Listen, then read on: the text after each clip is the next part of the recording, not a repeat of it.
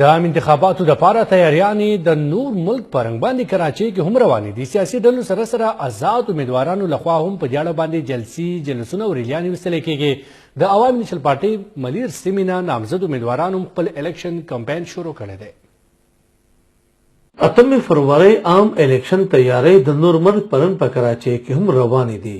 سیاسي ډلو سره سره آزاد امیدوارانو لخوا په دې اړه جلسې جلوسونه او د ریلو ابتدا شوي.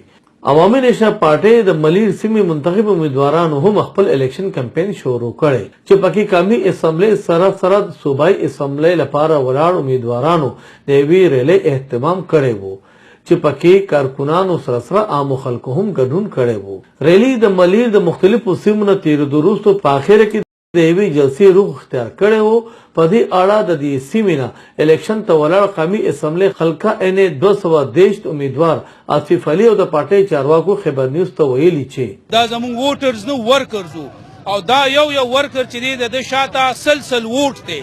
نو الحمدلله را روان الیکشن چې دی دا د ان پی ګټه ده او اول خو پکې زموږ څه شکوک او شبهات وو. مونږ په مقابله کې ځان حساب خو نن چې ما دا ریلیو کتله نو مونږ ته ثابته شوه چې دا الیکشن مونږ ټول ګټلې دی. نو ان شاء الله تعالی کوم چې دې ځکه مېرومیانې دي په ضلع ملیر کې او څنګه موږ سره په دې 13 وختونو کې څومره ظلمونه شوي دي او مېرومیانې دي ان شاء الله دا غور کولو لپاره او ان شاء الله په یو پیج باندې دا ټول پښتانه او مظلوم قومونو لپاره موږ आवाज چت کړی دی. اله لرم چې په دې 8 فروری باندې خلک بروزي.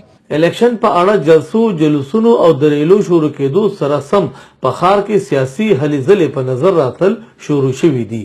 نعمت زاده، خبر نیوز، کراچۍ.